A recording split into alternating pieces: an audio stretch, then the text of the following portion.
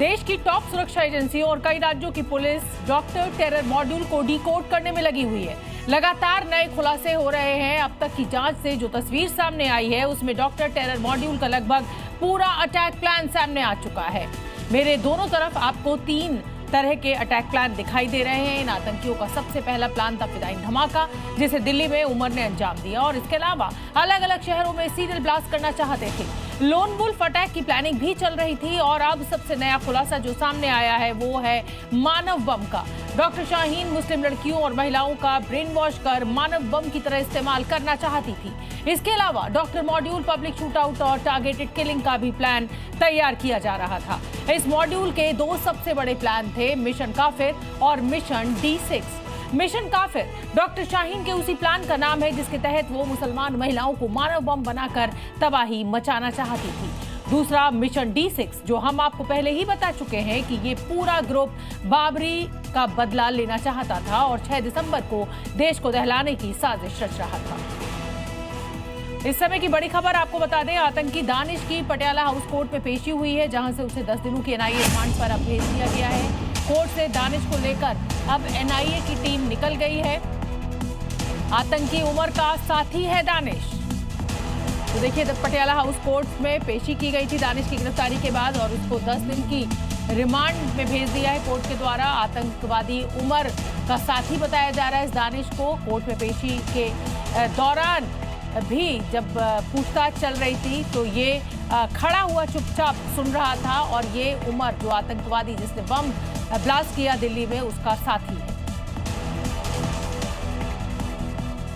आतंकवादियों के Hamas model वाली प्लानिंग आखिर कैसे रची गई ये आपको समझना चाहिए। इस पूरी प्लानिंग में उमर और डॉक्टर मॉड्यूल के साथ आतंकी दानिश भी शामिल था। इन सभी आतंकवादियों की मिलकर टारगेटेड ब्लास्ट करने की प्लानिंग थी।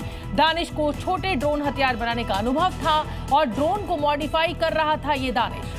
ड्रोन को मॉडिफाई कर इस हमले का पूरा प्लान इन दोनों आतंकियों के द्वारा तैयार किया जा रहा था। ड्रोन के जरिए भारी बम ले जाने की तैयारी थी। भीड़भाड़ वाले इलाके में ड्रोन बम गिराने की भी साजिश ये आतंकवादी रच रहे थे।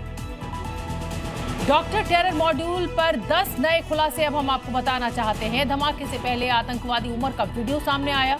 10 दिन की रिमांड पर जसीर बिलाल उर्फ दानिश को भेज दिया गया है। आतंकवादी आमिर राशिद से NIA इस समय पूछताछ कर रही है। हरियाणा, उत्तर प्रदेश, दिल्ली और मध्य प्रदेश में ED की रेड भी लगातार चल रही है। 25 ठिकानों पर टेरर लिंक की जांच अब ED कर रही है। दिल्ली के शाहीन बाग में 5 स्थानों पर रेड हुई है। हमास स्टाइल हमले के खुलासे पर जो सुरक्षा एजेंसियां हैं वो फोकस कर रही हैं। हरियाणा के नूह में छापेमारी हुई है, पूछताछ जारी है शाहीन और परवेज के करीबियों से। शाहीन आप जानते ही हैं, वो डॉक्टर शाहीन जिसका छोटा भाई है परवेज।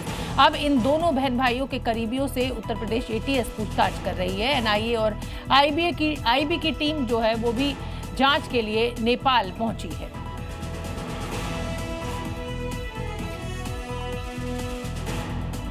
अनुराग मिश्रा मेरे साथ अल्फारा यूनिवर्सिटी से जुड़ रहे हैं और नूह से मेरे साथ ब्रजेश हैं। ब्रजेश, मैं आपका रुख करना चाहूँगी। कहा यह जा रहा है कि जब मुजम्मिल को पकड़ा गया तो उमर जो है उसने नूह में किसी अपने रिश्तेदार के दोस्त के यहाँ पनाह ली।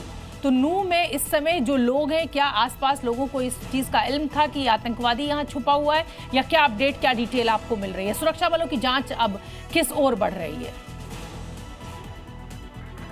देखिए, उमर जिस जगह पे रह रहा था 10 दिन तक, वो सामने जो आप मकान देख रहे हैं इसी घर के अंदर वो 10 दिन तक रहा और महज 10 दिन के अंदर ही जो आसपास के लोग थे उन्होंने उसकी हरकतें नोटिस की। नोटिस इसलिए किया क्योंकि वो रात के वक्त भी छत पर बैठकर मोबाइल फोन्स देखा करता था और इसी के बाद जब यहाँ पे जांच एजेंसियां पहुंची तो उन्होंने उमर का जो कमरा था उसको खोला और उसके बाद वहाँ से जो भी संदिग्ध सामान उनको मिला उसको वो अपने साथ जाँच एजेंसियाँ लेकर गई। इस घर को एक बार फिर से देखिए, इसी में घर के अंदर कमरा है जिसमें ताला लगा है और जिसके बाद जब इसकी जांच हुई, आस पड़ोसी, हालांकि सुबह हम लोगों की कई लोग से बात हुई लेकिन चूंकि मामला बेहद ही संवेदनशील है इसलिए अब आस पड़ोसी भी अगर आपको मैं दिखाऊं तो हर घरों में यहाँ पे ताले लगे हैं। बहुत ज्यादा लोग अब यहाँ से बात करना, इस मुद्दे पर तो बात करना नहीं चाहते हैं। और वहीं दूसरी तरफ जांच एजेंसियों की अगर हम बात करें तो लगातार छापेमारी हुई। छापेमारी के बाद जो अहम गिरफ्तारी हुई है उस गिरफ्तारी से ये पूरी तरीके से साफ है कि किस तरीके से दानिश ने पूरी प्लानिंग की थी और वो ड्रोन अटैक करना चाहता था। इस तरीके की पूरी प्लानिंग थी। अब जांच एजेंसियां उन ड्रोन्स को